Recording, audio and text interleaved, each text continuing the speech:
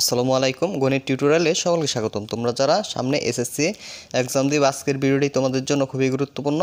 আজকে রাজশাহী বোর্ড 2024 সালের এক নং সৃজনশীল যে আসছিল ওইটার সমাধান করে দিব, অর্থাৎ গণিত বিষয়ের। দেখো এখানে বলছে এ সমান এক্স এলিমেন্ট এন যেন x square less than x square greater than 8 এবং এক্স কিউব লেস দেন 200 এটা দেওয়া আছে।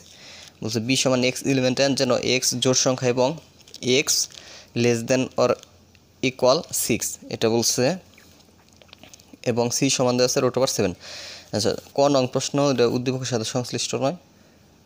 35 এবং 45 এর সকল গুণনীয়কের ছেদো সেট নির্ণয় করো। ছেদো সেট বলতে বোঝায় কি? ইন্টারসেকশন এ ও বি, মানে 35-এর গুণনীয়ক এবং 45-এর গুণনীয়কের ইন্টারসেকশন করতে হবে। ওইটাই বলছে কি ছেদো সেট নির্ণয় করো। তাহলে এটার সমাধানটা দেখো, এটা জাস্ট করে রাখছি সমাধানটা, জাস্ট শুধু বুঝিয়ে দিব। দেখো আমার দেওয়া আছে কি, যে লিখছি যে ধরি 35-এর গুণনীয়ক সমূহের সেট সমান এ এবং 45-এর গুণনীয়ক সমূহের সেট সমান কি বি। 35-এর গুণনীয়ক সমূহ হলো, অর্থাৎ 35-এর গুণনীয়ক বলতে 35-কে যে সংখ্যা দিয়ে কী করা যায় ভাগ করা যায়, যেমন 1, 5, 7, 35। অতএব এ সমান কি আসলো 1, 7, 5, 35। এবং তোমার 45-এর গুণনীয়ক সমূহ হলো 1, 3, 5, 9, 15, 45 এগুলো দিয়ে, অর্থাৎ 45-রে ভাগ করলে ভাগশেষ কত আসে? 0 আসে। দেখো অতএব বি সমান আমরা লিখতে পারি যে এত। অতএব ছেদো সেট বলতে বোঝায় কি ইন্টারসেকশন বি। অতএব ছেদো সেট ইন্টারসেকশন মানে ইন্টারসেকশন করতে বলতেছে। ইন্টারসেকশন বি সমান এ সেটের উপাদান ইন্টারসেকশন চিহ্ন, আর এই পাশে কি বি সেটের উপাদান লিখছি। তাহলে ইন্টারসেকশন মানে তোমার উভয় সেটের মধ্যে কমন উপাদানগুলা, মানে এই সেটও আছে ওই সেটও আছে, ওইটা তুমি নিতে পারো। এইখানে দেখো 1 আছে, ওই পাশে কত আছে? 1 আছে, তাহলে 1 নিছি। এখানে 5 আছে, ওই সেটও কি আছে? 5 আছে, তাহলে 5 দিচ্ছি। আর কোনো কিছু মিল আছে? মিল নাই, এই জন্য আর কোনো কিছু নেই। তাহলে এই ছিল ক নংয়ের সমাধান। এখন দেখো খ নংটা কি বলছে। খ নং বলছে দেখাও যে এ ইউনিয়ন বি সমান এ ডিফারেন্স বা বাদ বলতে পারি, অর্থাৎ বিয়োগ বোঝায়। এ বিয়োগ বি ইউনিয়ন কি? বি বিয়োগ A union A intersection B. তাহলে অর্থাৎ এই বাম অংশ এই ডান অংশের মান আমাদেরকে সমান করতে হবে, অর্থাৎ দেখাইতে বলছে। তাহলে দেখো এ সমান এটা দেওয়া আছে। অতএব এই এন দিয়ে কিন্তু স্বাভাবিক সংখ্যা, তাহলে আমরা স্বাভাবিক সংখ্যা গুণ করলে 1, 2, 3, 4 ডট মানে আরও আছে, গুণে শেষ করা যাবে না। এখন এক্সের সমান 1 হলে আগে এ সেটটা নির্ণয় করি।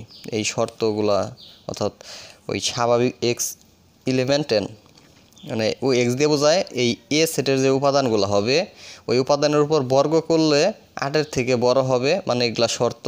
আর ওই উপাদানের উপর ঘন করলে যেন 200-র থেকে কি হয়? ছোট হয়। ওই উপাদানগুলো তুমি এ সেটের মধ্যে লিখতে পারবা। তাহলে এক্স এর মান কত নিচ্ছে? 1 কে নিচ্ছে, কারণ যে স্বাভাবিক সংখ্যা বলছে যে এক্স এর মান তোমার কি স্বাভাবিক সংখ্যা নিতে হবে। এক্স এলিমেন্ট এন মানে এক্স এন এর সদস্য হবে। স্বাভাবিক সংখ্যায় যেগুলো 1, 2, 3, 4, 5, 6 এগুলো আছে ডট। তাহলে দেখো এক্স এর মান প্রথম স্বাভাবিক সংখ্যাটা নিচ্ছি 1 নিচ্ছি, পরে আমাদের এক্স স্কোয়ারের মান দেখতে হবে। তাহলে আমরা এক্স স্কোয়ার সমান 1 স্কোয়ার সমান কত হয়? 1। তারপরে এই চিহ্নটা দিছি 8 লিখছি। তাহলে দেখলাম যে 8-এর থেকে 1 কিন্তু ছোট, কিন্তু এই চিহ্ন দিয়ে এই যখন আমরা এই চিহ্নটা দিব তখন বড় বোঝাবে। তাহলে তো এই শর্ত মানছে না, তাহলে নট দিয়ে দিছি। নট ওই চিহ্নের মধ্যে এভাবে দাগ দিয়ে দিবা নট। আবার এক্স কিউব সমান 1 কিউব সমান কত হয়? 1, যা 200-র থেকে 1 ছোট, ঠিক আছে। তাহলে এইটা মানছে, কিন্তু এখানে শর্ত মান নাই। তারপর আবার এক্স সমান পরে স্বাভাবিক সংখ্যাটা নিয়েছি 2 নিচ্ছি, এক্স স্কোয়ারের মান বের করছি 2 স্কোয়ার 4। এটাও কিন্তু 8-এর থেকে বড় হচ্ছে না, তার জন্য নট দিয়ে দিচ্ছি। এক্স কিউব সমান 2 কিউব সমান কত? 8, 200-র থেকে কি এই ছোট, এটা শর্ত মানছে। তারপরে এক্স সমান 3 হলে এক্স স্কোয়ার সমান 3 স্কোয়ার সমান 9, যা 8-এর থেকে এখন কিন্তু বড় হয়েছে মানটা। এক্স স্কোয়ারের মান 8 থেকে বড়, তাহলে এখানে নট দেওয়ার প্রয়োজন নয়। এক্স কিউব সমান 3 কিউব সমান 27, 200 থেকে ছোট। এবার 4 নিচ্ছি, এক্স 4 স্কোয়ার 16, 8-এর থেকে বড়, এটার শর্ত মানছে। 4 কিউব 64, 200 থেকে ছোট, ওই লাইনটা সম্পূর্ণটা শর্ত মানছে। পরে 5 নিচ্ছি, কীভাবে শর্ত মানছে। 6 নিচ্ছি, এইখানে দেখো 6 স্কোয়ার 36, 8-এর থেকে বড়, কিন্তু যখন 6 কিউব করেছি তখন 216, যা 200 থেকে কি হয়ে গেছে, বড় হয়ে গেছে, তাহলে শর্ত মান নাই, নট দিয়ে দিছি। তাহলে অতএব আমরা এ সমান, তাহলে যেই লাইনটা সম্পূর্ণটা শর্ত মানছে ওইটা আমরা নিতে পারবো। প্রথম লাইন এখানে শর্ত মান, এটা নেওয়া যাবে না। দ্বিতীয় লাইন শর্ত মান নেই, কিন্তু তৃতীয়, চতুর্থ এবং পঞ্চম, এই যে যখন এক্সের মান 3, 4, 5 নিচ্ছে তখন শর্তগুলো মানছে। তাহলে 3, 4, 5 হলো এ সেট। আবার বি সমান তোমার এটা দেওয়া ছিল, এই সেটটা দেওয়া ছিল যে এক্স ইলেভেন 10, মানে উদ্দীপক দেওয়া আছে এক্স জোট সংখ্যা, x less than or equal 6। জোট সংখ্যাগুলা মানে এক্স দিয়ে বোঝায় কি উপাদান, উপাদান কি হবে, জোট সংখ্যা হবে। যা এই চিহ্ন দিয়ে কি বোঝায়, 6-এর থেকে ছোট জোট সংখ্যা তো 6-এর সমান নিতে পারবা, এই যে লেস দেন অর ইকুয়াল আছে। তাহলে 6-এর থেকে ছোট এবং 6-এর সমান জোট সংখ্যা কোনগুলা, 2, 4, 6। তাহলে বি 2, 4, 6 পাইলাম। পরে এখন দেখো বাম পক্ষের মানটা বের করছি। বাম পক্ষ সমান এ ইউনিয়ন বি দেওয়া আছে, এর জায়গায় সেট, ইউনিয়ন চিহ্ন, বির জায়গায় বি সেট।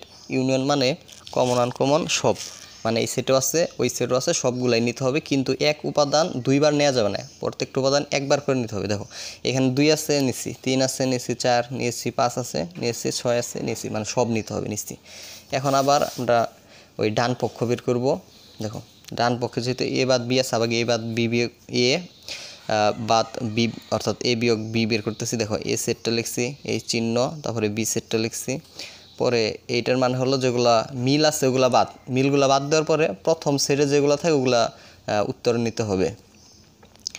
তোমার এখানে 4, এখানেও 4 আছে, 4, 4 মিল আছে বাদ দেওয়ার পরে প্রথম সেটে কী থাকে, 3 এবং 5, 3, 5 হলো উত্তরে নিচ্ছি। পরে আবার বি বাদ এ, বি সেট লিখছি, বাদ চিহ্ন, এই এ সেট। পরবর্তীতে দেখো এই মিলগুলা বাদ, তাহলে এখানে হয় 2, 6 বাদ দেওয়ার পর, মানে প্রথম সেটে যেগুলো থাকে ওগুলো উত্তর নিতে হবে। এই 4 আর 4 মিল আছে, বাদ দেওয়ার পর 2 আর 6 থাকে, 2 আর 6 নিচ্ছি। পরে ইন্টারসেকশন বি বের করতে হবে, ইন্টারসেকশন বিটা বের করছি। ইন্টারসেকশন মানে শুধু কমনগুলা, 4 কমন আছে, 4 নিয়েছি। পরে আবার ডান পক্ষ সমান এই অংশ, এই রোগ দেওয়া আছে, এই যে এ বিয়োগ বি আছে, এ বিয়োগ বির মানটা তো বের করছি, তাহলে এই মানটা 3, 4, এখানে 3, 5 লিখছি, ইউনিয়ন চিহ্ন। বি বিয়োগ এর মানটা বের করছি, ওইটা লিখছি 2, 6। আর ইন্টারসেকশন বি এর মানটা এখানে বসাইছি কত, 4, এই যেগুলো বের করলাম যে মানগুলা। পরে তো ইউনিয়ন মানে কমন আনকমনকে সব নিতে হবে, ইউনিয়ন ইউনিয়ন চিহ্ন দিয়ে, তাহলে কমন আনকমন সব নিচ্ছি। 2, এই 3 মানে একটু সাজিয়ে লিখছি, 4, তারপরে এটা 5 হবে, তাতে 6 লিখছি, 5, আর কি আছে, এই 6 আছে, এই 6 নিবা। তাহলে 2, 3, 4, 5, 6, অর্থাৎ বাম পক্ষের আর ডান পক্ষের মান কি একই আসছে, তাহলে বাম পক্ষ সমান ডান পক্ষ দেখানো হলো। এই হলো ঘনং। তোমার এই ঘনংয়ে দেখো কি বলছে, প্রমাণ করো যে সি এর উপাদানটি একটি অমূলদ সংখ্যা। মানে সি এর যে উপাদান, সি সমান কি দেওয়া আছে, √7, এই √7 এই উপাদানটা একটা অমূলদ সংখ্যা, এটা প্রমাণ করতে হবে। এটার সমাধানটা দেখো করে রাখছি, দেখো শুধু দেখো এটার সমাধান আমরা ধরে নিচ্ছি যে √7 একটি মূলদ সংখ্যা, এটা আমরা ধরে নিলাম। যেহেতু অমূলদ সংখ্যা প্রমাণ করতে হবে, আগে এটা ধরে নিচ্ছি এইটি একটি মূলদ সংখ্যা। তাহলে আবার মূলদ সংখ্যা সঙ্গে যে সঙ্গে p/q আকারে প্রকাশ করা যায়, তারপর এটা মূলদ সংখ্যা। তাহলে আমরা এই √7 সমান আবার কি লিখতে পারি, p/q। আবার p দিয়ে কি বোঝায়, যেখানে p ও q হলো তোমার স্বাভাবিক সংখ্যা এবং পরস্পর সহমৌলিক, এবং q এর মান 1-এর থেকে বড়। তোমরা এই যেগুলো মূলদ সংখ্যা কি, সহমৌলিক সংখ্যা, স্বাভাবিক সংখ্যা কি, এগুলো কিন্তু মূল বইয়ের যে ওই রিডিংয়ের মতো সুন্দরভাবে দেওয়া আছে, তোমরা এখানে ভালোভাবে পড়ে নিও, তাহলে অঙ্কটা আরও ভালোভাবে বুঝতে পারবে। তারপরে পরের লাইনে এখানে বর্গ করা হয়েছে, তাহলে এটার উপর যদি আমরা বর্গ করি, √2 কেটে যেতে থাকে হলো 7, এই পাশে থাকে p², আর এই পাশে হয় কি q²। তারপরে পরের লাইনটা আমরা এখানে দেখো q² মানে q দুইটা গুণ আকারে লেখা যায়, আমরা একটা এই পাশে পাঠাই দিয়েছি, তাহলে 7-এর সাথে গুণ হয়ে গেছে 7q, আর এই নিচে একটা q থাকে। তাহলে আমরা এই 7-এর সাথে অবশ্যই q যদি, অর্থাৎ স্বাভাবিক সংখ্যা এগুলো যদি আমরা গুণ করি, তাহলে এটা কি পূর্ণ সংখ্যা না, তাহলে আমরা লিখতে পারি যে 7q স্পষ্ট পূর্ণ সংখ্যা। কিন্তু p²/q তো পূর্ণ সংখ্যা নয়, কারণ p ও q কিন্তু ছিল স্বাভাবিক সংখ্যা, এরা পরস্পর সহমৌলিক, ঠিক আছে, এবং q 1-এর থেকে q এর মানটা বড় ছিল। তাহলে 7q এবং p²/q সমান হতে পারে না, অর্থাৎ 7q ≠ p²/q। অর্থাৎ রুট 7কে পি বাই কিউ আকারে প্রকাশ করা যায় না, অর্থাৎ root 7 not equal P by Q. সুতরাং রুট 7 একটি অমূলদ সংখ্যা। এই ছিল আজকের তোমার সমাধান। এর পরবর্তীতে রাজশাহী বোর্ডের 2 নং যে সৃজনশীল আসছিল এটা সমাধান করে দেব। চ্যানেলটি সাবস্ক্রাইব করে রাখো। ধন্যবাদ সকলকে।